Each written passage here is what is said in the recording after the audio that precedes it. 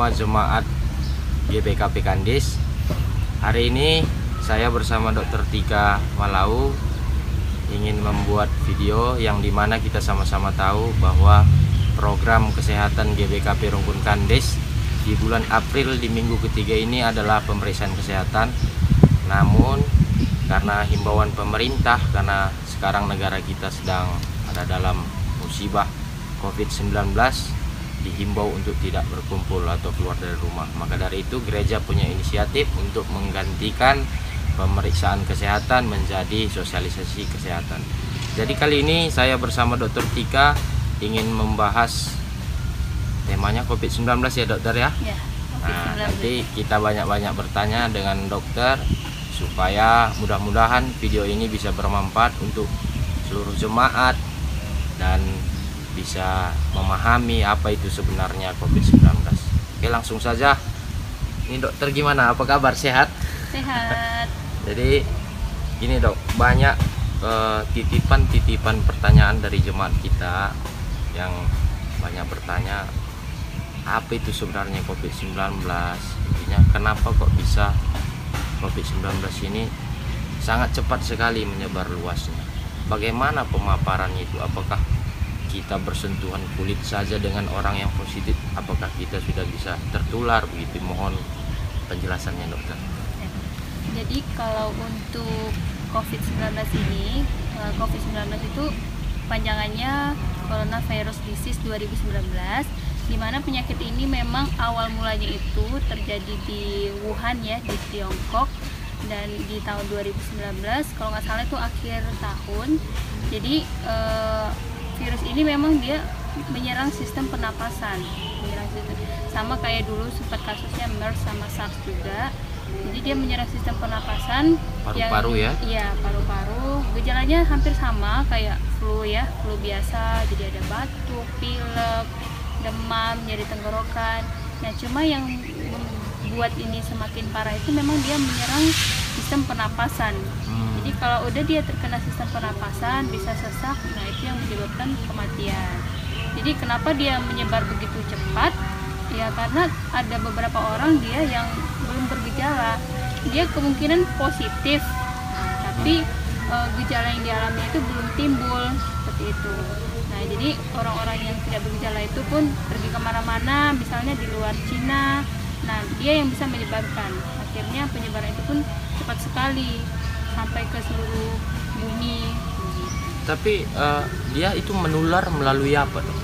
Kalau menularnya, kenapa kita kayak kemarin pemerintah menyarankan semua wajib menggunakan masker gitu? Apakah hanya dari percikan air apa nih, air liur ya saat kita batuk atau bersin, atau dari mata juga katanya bisa begitu? Jadi kalau untuk penularannya sendiri sebenarnya banyak orang bilang dari udara ya. Sebenarnya bukan udara, bukan udaranya seluruh udara ini. Nah, kalau sempat seluruh udara gitu otomatis kita nggak bernafas gitu. Nah, jadi benar itu ya, dari liur, dari air liur, dari ludah atau dari darah itu sendiri. Nah, misalnya kalau ketika orang batuk atau bersin, otomatis tekanan untuk air liur itu kan keluar juga. Nah, dari situ dia bisa menularkan ke orang lain. Misalnya seperti kita ini ya, Bang. Misalnya saya bersin atau saya batuk, nah otomatis pasti ada partikel yang kecil atau air liur yang kecil-kecil itu akan keluar. Nah di saat itu keluar mungkin udara mengarah ke abang atau mengarah sana, jadi itu yang mengalirkan air liur itu bisa kena ke kita. Nah kalau untuk sekarang kan bukan hanya orang yang batuk pilek saja yang menggunakan masker, jadi orang sehat juga harus menggunakan masker, karena saat berbicara seperti ini pun saya nggak lagi batuk tapi saya lagi ngomong, itu bisa juga kadang-kadang muncrat ya. Kadang-kadang muncrat. Jadi kalau misalnya orang yang ngomongnya seperti kita orang Batak ini kan kadang ngomongnya kuat-kuat ya, manggil aja sampai kuat. Nah itu bisa mengeluarkan air liur gitu ya. Makanya untuk saat ini pemerintah sangat menyarankan untuk menggunakan masker ya. Terus mungkin berbicara atau jarak sama orang lain itu minimal 1 meter. Nah itu diharapkan memang 1 meter itu air liur atau bersin batuk itu nggak sampai ke orang yang di depan kita. Tapi begini dok, saya juga ada baca-baca dari media seperti kemarin itu di Riau ya. Kenapa kok kebanyakan itu sebenarnya yang PDP yang malah meninggal dunia daripada pasien positifnya gitu. Jadi saya berpikir begini, PDP itu kan belum termasuk positif, tetapi kenapa kok banyakan kasus yang meninggal itu PDP? Jadi saya punya asumsi PDP itu hanya karena belum keluar aja tesnya, padahal dia udah positif gitu. Itu gimana kira-kira menanggapinya yang benar dok? Jadi kalau iya sih, kalau berdasarkan kasusnya di Riau sendiri, PDP itu lebih banyak yang meninggal daripada yang positif ya. Jadi kalau kita lihat di situs web pemerintah Riau sendiri yang resmi, itu yang PDP itu sudah 25 orang yang meninggal, sedangkan yang positif itu sendiri baru 3 orang. Iya. Nah, kok bisa yang paling banyak PDP? Nah, kalau informasi yang lebih jelasnya lagi, mungkin kita bisa lihat di webnya itu ya, ada beberapa alasan juga. Tapi yang setahu saya kemungkinan, karena kalau misalnya untuk cek positif atau tidaknya ini kan pasien itu di swab, artinya dia diambil sampel dahaknya di tenggorokan atau di hidung. Nah itu dicek baru dikirim ke Jakarta. Nah, karena pusatnya untuk periksa itu kan di Jakarta. Dari seluruh Indonesia ngirimnya ke Jakarta, otomatis butuh beberapa hari, beberapa waktu untuk tahu hasilnya. Jadi kemungkinan orang yang PDP ini pun dia sudah sesak, hasilnya belum keluar, sudah meninggal duluan begitu. Jadi tanpa sempat belum mendapatkan perawatan intensif gitulah ya, karena dia belum positif iya, gitu ya. Karena kita nggak tahu kan dia positif atau tidak, hasilnya belum keluar tapi sudah meninggal. Kemungkinan ya kasusnya mungkin orang yang lebih berisiko tinggi, misalnya lansia atau yang punya penyakit bawaan kayak hipertensi, sakit jantung, itu kan risikonya lebih berat dibandingkan orang yang tidak punya penyakit kronis. Jadi kami sebagai warga gitu lah, atau di luar dari medis kan nggak paham gimana sih trik-triknya supaya intinya kita selamat dari COVID ini, kita sehat, tidak terkena COVID, dan kita juga tidak menularkan COVID gitu. Kira-kira ada saran-saran yang baik nggak? Ya, jadi ini sangat penting ya kita terapkan, khususnya protokol dari pemerintah, dari kesehatan, dari puskesmas, dari fasilitas kesehatan lainnya. Kita sudah banyak menemukan informasi, dan ini mungkin tidak asing ya untuk kita dengar. Yang pertama itu memang untuk sekarang diwajibkan kemanapun pergi harus menggunakan masker. Mau sehat, mau sakit, itu harus, yang namanya keluar rumah itu harus menggunakan masker. Nah, jadi masker yang digunakan masyarakat itu dia masker kain. Nah, tapi kalau bisa 2-3 lapis, dan itu makainya nggak lebih dari 4 jam. Setelah 4 jam? Ya, setelah 4 jam harus dicuci. Cuci ya. Nah, jadi alangkah lebih baik kalau masyarakat itu punya lebih dari satu. Jadi bisa dicuci ulang, cuci kering, dipakai lagi kayak gitu. Dan tidak untuk berbagi juga buat orang lain. Misalnya kita sudah pakai terus orang lain minjem kan nggak bisa juga. Harus tetap dicuci. Nah, yang kedua, sering-seringlah cuci tangan. Nah, kenapa cuci tangan? Karena misalnya ada orang batuk bersin nih, kalau yang tidak tahu etika batuk jangan benar, akan sering orang batuk itu nutup mulut atau misalnya seperti ini gitu. Saya juga sering gitu dok. Makanya itu harus diubah. Jadi kalau batuk ini kita agak ya saya jelasin. Jadi kalau misalnya batuk yang benar itu, kalau misalnya kita mau batuk membersihnya itu menggunakan siku tangan ini. Oh gini dok? Ya, nah, jadi seperti ini ya. Gini. Jadi arah batuk kita itu ke bawah gitu, terus ke bawah, nggak ke orang lain atau nggak ke tangan kita. Atau menggunakan tisu juga boleh, tapi tisunya langsung dibuang terus cuci tangan. Tapi kan kadang batuk ini dok dia spontan gitu, toto kita mau bersihin gitu, jadi nah ya makanya itu harus diterapkan etika batuk ya. Dan etika bersih seperti itu tadi, bisa menggunakan tisu, harus cuci tangan, tisunya dibuang atau menggunakan siku tangan. Nah, terus kalau misalnya contohnya begini, kalau misalnya orang yang bersin menggunakan tangan atau batuk atau seperti ini, terus dia megang sesuatu yang di tempat umum, misalnya dia katakanlah megang benda atau gagang pintu nah, ya. itu paling sering ya, gagang pintu atau kalau orang yang di kota mungkin ya di bus-bus itu pegangan bus, nah itu kan otomatis yang di tangan itu akan lengket, akan iya. menularkan ke benda itu yang dia pegang. Berarti katakanlah dia positif nih, positif corona kan, lalu dia bersin, lalu dia pegang gagang pintu, kemudian saya datang pegang gagang pintu itu, virusnya masih di situ tuh dok? Iya, bisa tertular. Bisa tahan berapa lama sih itu virusnya di benda-benda seperti itu dok? Jadi kalau berdasarkan penelitian yang ada, memang untuk saat ini belum dipastikan itu virus itu bertahannya di benda itu berapa lama. Tapi ada yang mengatakan beberapa jam.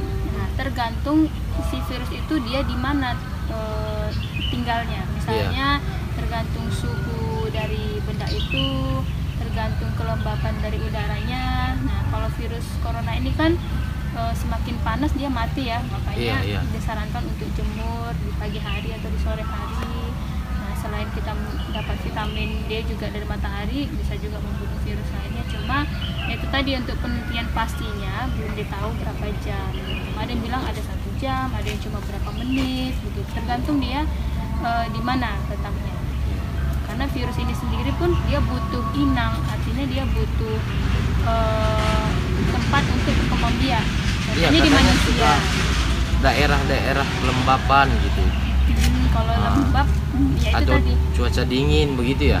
Tergantung suhunya. Dapat lebih ini virusnya jadi lama mati gitu. Ya itu tadi bisa juga ya tergantung suhunya. Tapi untuk berapa jamnya belum ada dipastikan. Cuma kita harus tetap waspada juga ya, maksudnya karena dibilang berapa menit ya kita malah pegang atau 1 jam kok gitu lamanya malah kita pegang, maka lebih baik untuk menghindari. Iya. Jadi dokter sendiri yakin nggak ini nanti virus corona ini bakal selesai? Karena saya lihat semakin hari semakin meluas terus. Nah itu kalau selesai enggaknya saya nggak bisa tahu ya. Tapi tergantung pada kitanya. Tergantung dari kita sendiri. Kita kompak mengikuti ya, betul. arahan pemerintah, dilarang berkumpul, menggunakan masker, itu adalah salah satu arahan-arahan untuk memutuskan rantai COVID-19 ini ya. Iya betul. Jadi kalau misalnya untuk dibilang sampai kapan ya itu tergantung diri kita sendiri, tergantung kita. Karena dimulai dari kita ya, bukan orang lain. Gitu. Jadi kalau misalnya mau memutuskan rantai penularannya ya udah mulai dari kita aja gitu. Jangan sering-sering keluar rumah, menggunakan masker, sering cuci tangan, kalau batuk bersin menggunakan etika dengan baik, dengan cara bagaimana yang benar, lalu hindari keramaian ya, karena itu tadi kalau orang berkumpul ya sama aja nanti ngomong juga sudah menular. Ya lebih baik sih di rumah aja, itu sudah cukup untuk membantu. Terus begini dokter,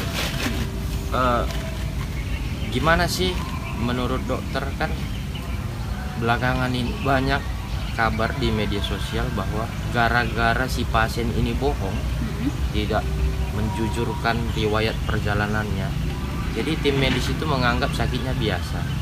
Nah, karena dia tidak jujur, tahu-tahu dia balik ke rumah, ya lambat laun seminggu 2 minggu ternyata dia positif. Menurut dokter sendiri sebagai tim medis gimana sih nanggapin pasien-pasien yang suka bohong ini? Atau ada saran yang terbaik Kak? Nah itu ya, sebenarnya saya gemes juga sih sama pasien-pasien yang nggak mau jujur, yang dia nutupin. Kayak ada juga pernah dia demam tapi diukur demam, tapi dia nggak bilang demam gitu. Itu kan kita bisa periksa ya dia bohong atau benar atau gimana. Ya itu membahayakan sekali ya, membahayakan terutama untuk dirinya sendiri, untuk keluarga di rumahnya, bahkan untuk tim medis yang memeriksa dia itu sangat bahaya. Nah misalkan dia ada riwayat perjalanan pergi ke luar kota atau ke luar negeri yang memang sekarang sudah terjangkit, terus dia tidak mau ngasih tahu riwayatnya, sewaktu-waktu dia ada gejala batuk pilek, demam, bahkan sesak, terus dia berbohong, ya bisa jadi orang yang di sekitar dia itu ya bisa terkena juga, terutama keluarganya ya. Nah, jadi kalau memang sayang sama keluarganya ya jujur lah, jujur dengan, pada saat ditanya oleh tim medis gitu ya. Pada saat ditanya jujur, apa gejalanya dikasih tahu, riwayat perjalanan kemana aja. Tapi terkadang begini dokter, pasien ini mungkin dia takut didiagnosa atau sepertinya kamu gejalanya ke COVID ini, mengarah ke COVID gitu. Dia takut terasingkan. Padahal kalau menurut saya ketika katakanlah saudara-saudara kita yang sudah terkena COVID, kita bukan mengasingkan dia, malah kita pengen dia sembuh supaya COVID ini terhenti di seluruh bangsa ini khususnya, kan begitu. Karena kalau dia nggak sembuh, dia berkeliaran, kena lagi yang lainnya. wajib nggak akan ini kan, pasti terpapar semua lagi. Iya. Sebenarnya nggak usah takut untuk jujur Iya. gitu. Meskipun kamu mengarah gejalanya ke sana, kamu juga manusia, teman kita pasti berjuang selamatkan kamu. Intinya kan begitu kan. Iya, betul. Jadi kalau untuk kasus sekarang ini, khususnya di Kandis ini sendiri pun, orang yang ODP, yang PDP malah dikucilkan ya, malah Iya. Nah, itu sebenarnya sangat miris, Sangat miris lah. kasihan sekali gitu. Jadi kalau untuk yang seperti ini, kalau menurut saya nggak baik ya buat Iya. pasiennya sendiri, buat orang-orang di sekitarnya. Jadi kalau misalnya intinya begini, kalau virus ini dia bisa sembuh sendiri asalkan daya tahan tubuh kita ini bagus, kekebalan tubuh kita bagus. Jadi kekebalan tubuh didapat dari mana ya? Makan yang teratur, makan yang bergizi, olahraga, lalu banyak minum air putih. Nah, kalau dia sistem imunnya bagus, otomatis itu orang pasti tidak tertular virusnya. Ya. Kalaupun ada di keluarganya yang positif, terus dia sistem kekebalan bagus, ya nggak tertular. Karena si virusnya itu udah kekebalan tubuh dia itu sanggup untuk melawan si virus, sehingga virusnya nggak kena ke dia gitu. Jadi kalau misalnya ada orang yang mengucilkan atau bahkan misalnya tetangganya diomongin, dia Iya. PDP, dia ODP, itu menurut saya nggak baik ya, karena Seharusnya malah disemangatin ya, Dok. malah didukung. Misalnya dia Udah pergi berobat, jujurkan semua sama tim medis, Iya. pasti kamu sembuh. Seharusnya kita Iya, sebagai masyarakat begitu ya.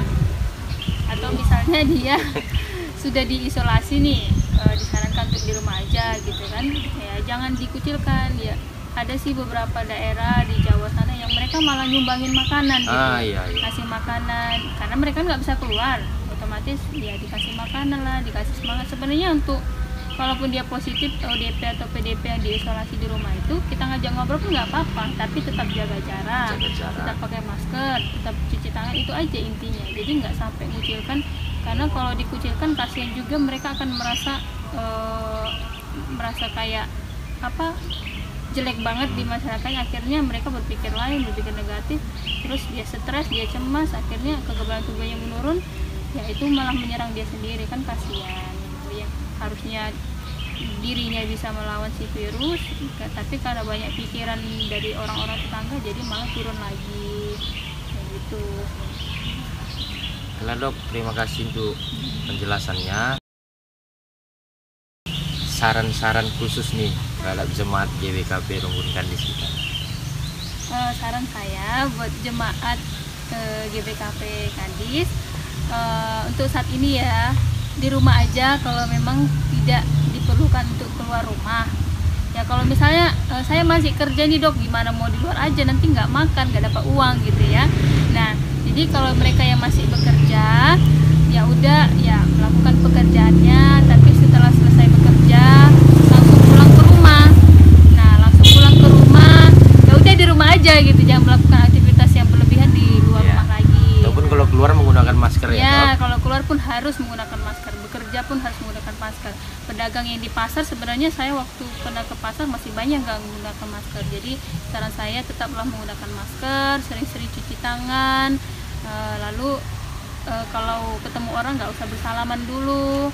Kalau yang batuk pilek gunakan etika batuk, dan tetap harus Salamannya gini Dok ya. Ya salamannya gini. Tapi begini Dok, ini terakhir ini. Banyak juga masyarakat yang memang mengeluhkan susah mencari masker saat ini. Nah saya ingin menghimbau juga, sebenarnya saya juga ini masker tadi syukur dapat diberi ya. Cuman kemarin itu kita itu tempah dari tukang jahit gitu. Intinya timbulkan kreativitas. Iya. Jangan hanya susah, masa pemerintah nggak memberi masker, masa ini mau beli masker tidak ada. Intinya ayolah kreativitas kita. Tempah ke tukang jahit masker cuma 5.000. 5.000. Nah, iya kan Iya, Dok ya? iya, betul. Saya aja kemarin nempah 40 piece Dok. Boleh juga Iya. kalau mau untuk mata pencarian Iya. jual masker.